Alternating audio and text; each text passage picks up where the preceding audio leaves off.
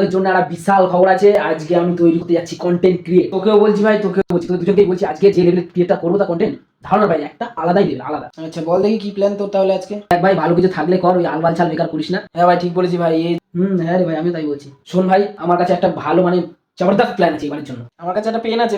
আমার কাছে প্যান্টের ছেঁড়া চেন আছে। না ভাই তুই বল বেকারের কথা শুনে কোনো লাভ নেই, তুই বল।